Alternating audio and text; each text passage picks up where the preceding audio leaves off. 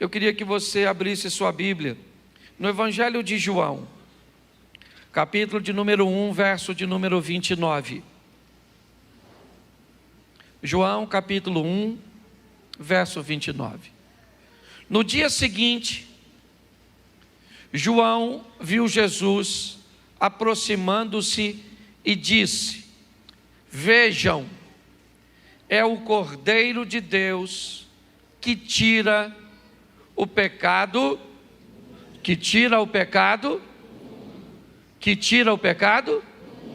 Feche seus olhos. Senhor nosso Deus e Pai, em nome de Jesus, eis aqui a Tua palavra, continua falando conosco, usa-me como um canal de bênção nesta hora, pelo poder do nome de Jesus, amém, glória a Deus, amém?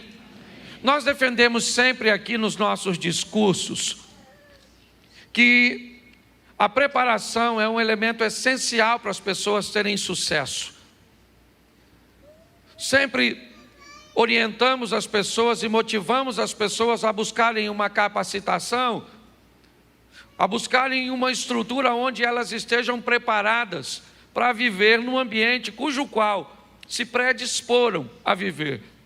Se eu quero me casar, previamente eu preciso saber o máximo possível sobre casamento, sobre toda a sua dinâmica, sobre o que é o ambiente do compartilhamento, de sair de uma visão do singular para ir para o plural. Se eu quero me envolver em algum ministério, se eu quero caminhar em alguma igreja, eu deveria saber o máximo possível sobre essa igreja, sobre seus valores, seus princípios, sobre a teologia que ela pratica, sobre a vida do líder. Eu preciso fazer uma boa avaliação. Eu quero entrar numa profissão, eu devo buscar saber o máximo. Quanto melhor eu estiver preparado, mais êxito provavelmente eu vou ter nessa caminhada. Mas é muito importante eu também entender que quanto maior for a minha intenção de resolver problemas, e quanto mais complexos sejam esses problemas que eu desejo resolver, provavelmente eu vou ser melhor remunerado, mais reconhecido. Ou seja, eu quero continuar a motivar você a se preparando, mas muito mais do que isso, eu queria motivar você, porque nós vemos pessoas que às vezes estão cheios de papéis em sua casa, de suas formações, de suas qualificações. Mas eu queria que você entendesse que quanto maior for o problema que você veio resolver, mais reconhecido você vai ser.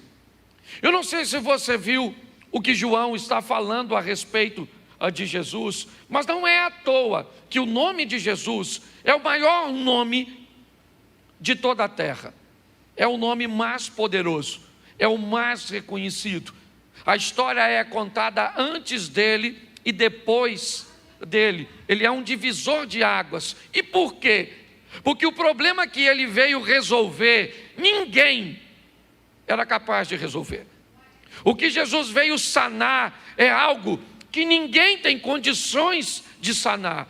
João descreve, apontando para seus discípulos, para seus seguidores, e não foi à toa que Deus escolheu João Batista, porque apesar do texto estar sendo escrito por João, é o evangelista, mas o João evangelista está narrando o momento em que o João Batista vê Jesus e diz aos seus discípulos o que ele veio fazer. Jesus.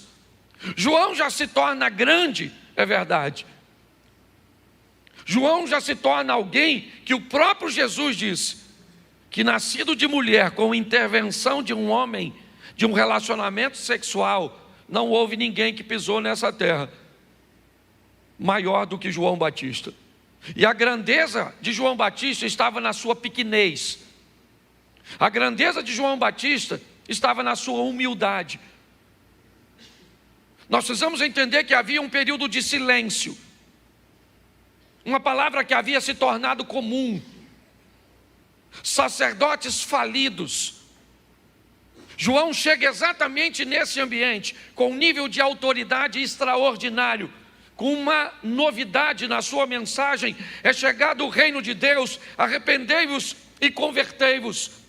Pessoas vão a ele no deserto, num ambiente inadequado, inapropriado, quente, sem nenhuma estrutura de som.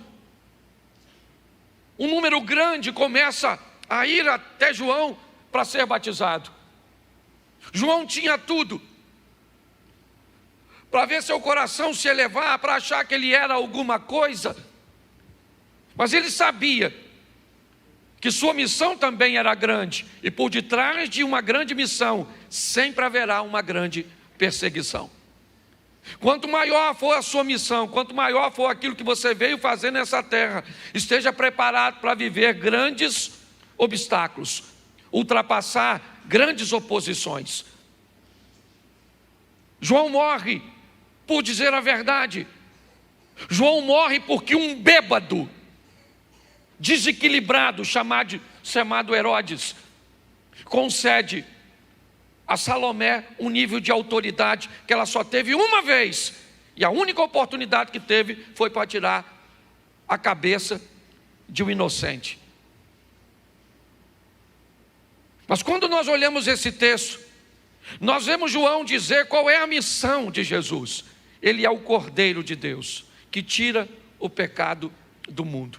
Você não vai ouvir essa colocação para nenhum outro homem, nem antes dele, nem depois dele. Por isso demonstra quem ele foi. Isso nos ensina que quanto maior for o problema que eu vim solucionar nesse mundo, seja para minha família, para meus vizinhos, seja para um grupo de pessoas, com um produto que eu criei, com uma dinâmica que eu fiz, todas as vezes que eu procurar realizar coisas grandes, automaticamente isso vai me fazer grande. Só que a grandeza de Jesus, primeiro começa pequena, começa num bairro pequeno, de uma pequena cidade, de uma hospedaria improvisada, de uma cidade onde pessoas não tinham muito valor, como o próprio Natanael descreveu. Pode vir alguma coisa boa de Nazaré. Ele começa pequeno. O início de sua caminhada provavelmente não incomoda ninguém. O número de pessoas que estão seguindo não é expressivo. Roma não tem com o que se preocupar, é ela que domina sobre Israel. Ninguém está nem aí para ele. O que ele está fazendo não tem grandes importâncias. Porém, quando ele começa com uma consistência maior, quando ele começa a mostrar que a vida dele é muito mais do que as outras pessoas conseguiram encontrar nos outros sacerdotes, quando ele começa a sair de uma vida ordinária para uma vida extraordinária, quando ele começa a solucionar problemas, a mandar pessoas doentes de volta para sua casa curadas, pessoas oprimidas de volta para sua casa liberta, pessoas com fome de volta para sua casa alimentadas, pessoas sãs, sem fome, sem problema, de volta para casa com a alma saciada. O número de pessoas começam a crescer. Pessoas começam a se interessar por ele. E quando o número aumenta, esse número tem que vir de algum lugar. Pessoas deixam de frequentar algumas sinagogas. Pessoas deixam de ouvir os escribas, fariseus e mestres, doutores da lei. Cadê aquele povo que estava na sinagoga?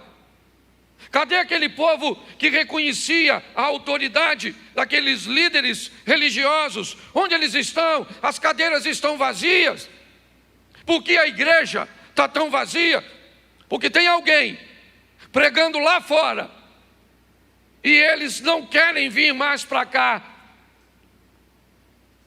Mas como não querem ouvir os rabinos? Como não querem ouvir os mestres? Como não querem ouvir o conhecimento? Porque tem alguém que tem tudo isso e também tem poder.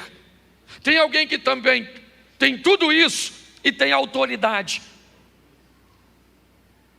Aí Jesus começa a ser um problema.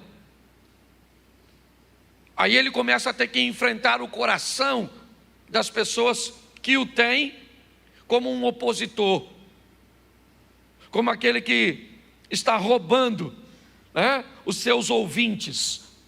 Enquanto ele é pequeno, por que pessoas não gostam de crescer? E eu entendo. Por que pessoas não gostam de aparecer? E eu entendo. Porque todas as vezes que você cresce e aparece, todas as vezes que Deus te dá notoriedade, ou que você galga postos e posicionamentos de autoridade e de reconhecimento, inevitavelmente você vai ser perseguido. É assim que funciona. Talvez o anonimato seja o melhor endereço para o medíocre, para aquela pessoa que não sabe lidar com perseguições. Jesus está crescendo, e quem ele é? Ele é o Cordeiro de Deus, que tira o pecado do mundo. Mas que cordeiro é esse? Então você está me dizendo que um sacerdote vai matar Jesus? Se você quiser olhar isso quando ele é preso e levado à casa de Anás e Caifás, talvez sim. Mas quando nós olhamos numa profundidade maior, ele é muito mais do que oferta, ele é o próprio sacerdote que se oferece. Por isso ele diz: ninguém tira a minha vida, sou eu que dou. Se nós formos olhar isso, nós vamos descobrir que uma oposição vai vir contra Jesus, e ela não consegue enxergar quem ele é, porque nem todo mundo será capaz de reconhecer quem você é, nem todo mundo será capaz de reconhecer o que Deus te chamou para fazer. Ou você descobre logo quem você é em Deus, ou você vai ficar perambulando, tentando ser quem você nunca foi chamado para ser, para agradar outras pessoas. Aprenda isso.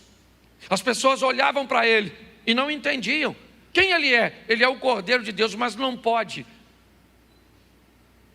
As pessoas não tinham como enxergar isso nele. Quanto mais rápido você descobrir quem você é, mais suave provavelmente a sua vida vai ficar. O grande problema é que nós temos a tendência a olhar para algumas pessoas que estão em evidência, ou fazendo coisas que nós gostaríamos de fazer, e nós achamos que temos também o mesmo ministério, e aí corremos o risco de perder a nossa identidade. Jesus, ele vai viver talvez uma das maiores perseguições, e quando nós olhamos, nós conseguimos entender um pouco isso, porque sua missão foi tão grande que ela precisava de uma oposição do tamanho de seu ministério. Então eu quero te mostrar rapidamente algumas coisas aqui que vale a pena nós olharmos, e que ele teve que gerenciar, ele teve que administrar, e às vezes nós temos dificuldade. Põe aí para mim, por gentileza, Mateus 21:9. É um momento extraordinário. Jesus está entrando em Jerusalém. A multidão que ia diante dele, os que o seguiam, gritavam o que para ele? Hosana ao filho de... Bendito é o que vem em nome... Hosana nas... Pensa, Jesus entrando em Jerusalém, pessoas colocavam muitas vezes sua capa no chão para ele passar como um tapete vermelho, outras o ovacionavam e gritavam para ele: esse é o cara, Hosana, o filho de Davi, ele é extraordinário. Beleza. Só que Lucas capítulo 23, verso 18. Põe para mim. Lucas 23, 18. A uma só voz eles gritavam: acaba com ele e solta-nos Barrabás. Na minha tradução está assim: mas toda a multidão clamou a uma voz, dizendo: fora daqui com este. Está lá outra tradução, obrigado. Mas toda a multidão clamou a uma, dizendo: fora daqui com este e solta-nos. Eu fico imaginando, gente, isso aqui é comigo agora. Se não tinha gente gritando essa frase, que também gritou a outra. Pastor, por que o senhor acha que tem? Que senão não machuca. O que fere é ver alguém que em determinado momento está dizendo que você é o filho de Davi, o Salvador, Hosana, bendito é aquele que vem em nome do... E agora apresentam para você o indivíduo que você gritou Hosana, e agora diz para você escolher ou a Jesus, ou um indivíduo que promoveu uma dissensão e que matou uma pessoa. Esse era Barrabás. E pasme vocês, a multidão estava escolhendo o Barrabás. Pastor, o senhor não pode afirmar isso. Afirmar eu não posso, mas Lucas 23, 27 diz o seguinte: olha só, quando Jesus estava preso, sempre uma multidão, gente, pense num troço complicado, é multidão. E seguia uma grande multidão de povo, de mulheres, os quais batiam no peito e o lamentavam. Eu fico perguntando, onde é que estava essa patota quando a turma está escolhendo Barrabás? Quando Jesus está entrando sem oposição, está todo mundo gritando e dizendo: Hosana nas alturas, o filho de Davi. Mas quando a oposição chega, o que eu vejo é as pessoas gritando: solte o ladrão e mate o inocente. E o máximo que algumas pessoas conseguem fazer é seguir a multidão, batendo no peito, reclamando, talvez não tivesse muito o que fazer. Eu não estou dizendo que alguém precisa defender Jesus, não é nada disso. Eu só preciso mostrar para mim e para você como é que as coisas ficam quando elas pegam de verdade. Quando a oposição vem contra nós, vem se opor àquilo cujo qual Deus nos chamou, como é que a solidão é praticamente um endereço quase universal